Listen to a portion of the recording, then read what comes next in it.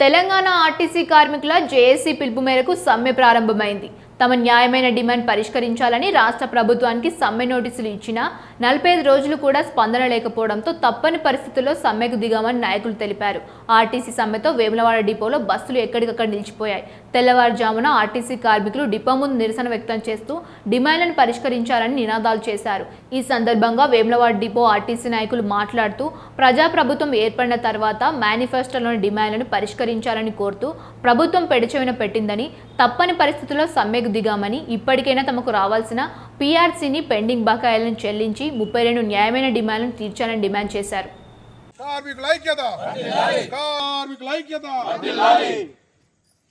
RTC కార్మికుల న్యాయమైన డిమాండ్లను వెంటనే పరిష్కరించాలి. ఆర్టీసీ కార్మికుల న్యాయమైన డిమాండ్లను వెంటనే పరిష్కరించాలి.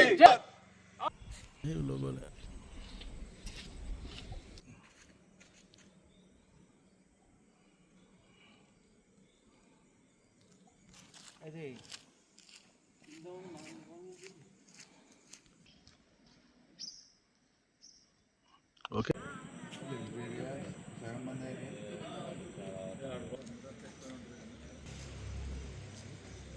టీసీ వేములవాడ డిపోలో 23 హైర్ బస్సులు ఉన్నాయి.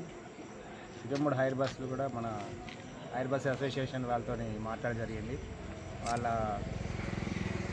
అసోసియేషన్ హెడ్ ఆఫీస్ అసోసియేషన్ ప్రకారం వాళ్ళు బస్సు నడపడానికి సిద్ధంగా ఉన్నారు. వాళ్ళ సహకారంతో అద్దె బస్సులు అన్నీ చెప్తాము. ఆర్టీసీ ఉద్యోగులను కూడా కోరుకునేది ఏంటంటే, ప్రభుత్వం కమిటీ వేసింది కాబట్టి 4 వారాలు గడువించింది కాబట్టి వాళ్ళ సానుకూలంగా ప్రభుత్వం సానుకూలంగా కాబట్టి ఆర్టీసీ ఉద్యోగం కూడా అందరినీ నిజంగా హాజరు కావాల్సిందిగా కోరుతున్నాను. ప్రభుత్వానికి సహకరించి మనం సమస్యలు పరిష్కరించుకోవడానికి అవకాశం ఉంటుందని సందర్భంగా నేను తెలియజేస్తున్నాను. కండక్టర్ మాకు అవుట్సోర్సింగ్ కండక్టర్లు ఉన్నారు 7. బెడ్ విన్నర్ స్కీమ్ అని మనకు బెడ్ విన్నర్ స్కీమ్ కండక్టర్ కూడా 9 మంది ఉన్నారు.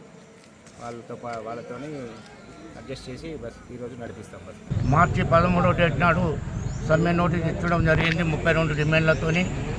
మరి ఆ సమ్మె నోటీస్కు లేబర్ కమిషనర్ గారు 2 సార్లు పిలిచి 2 సార్లు వాపసు వెళ్ళగొట్టి మరి అసెంబ్లీ నడుస్తుందని వాయిదా వేసినారు.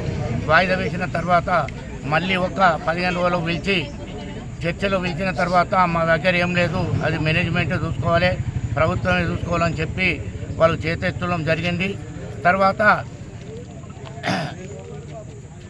లేబర్ కమిషనరు 2వసారి పిలిస్తే అది మీ యొక్క డిమాండ్స్ అన్నీ ప్రభుత్వం దగ్గర ఉన్నదని వెళ్ళగొట్టడం జరిగింది. దానికి పొన్నం ప్రభాకర్ గారు రవాణా శాఖ మినిస్టర్ గారు మా దర్వాజాలు తెరిచే ఉన్నాయని మరి జేఏసీ నాయకులు చెప్పడం, మరి పోత సుతం మాట్లాడలేదు. ఎందుకంటే ఈ ప్రభుత్వ విధి విధానాలు ఎట్టున్నాయంటే, అప్పుడు టీఆర్ఎస్ ప్రభుత్వం ఉన్నప్పుడు వీళ్ళు మేనిఫెస్టోలు పెట్టినటువంటి డిమాండే మేము అడుగుతున్నాం. ఇప్పుడు గొంతమ్మ కోరికలు లేవు.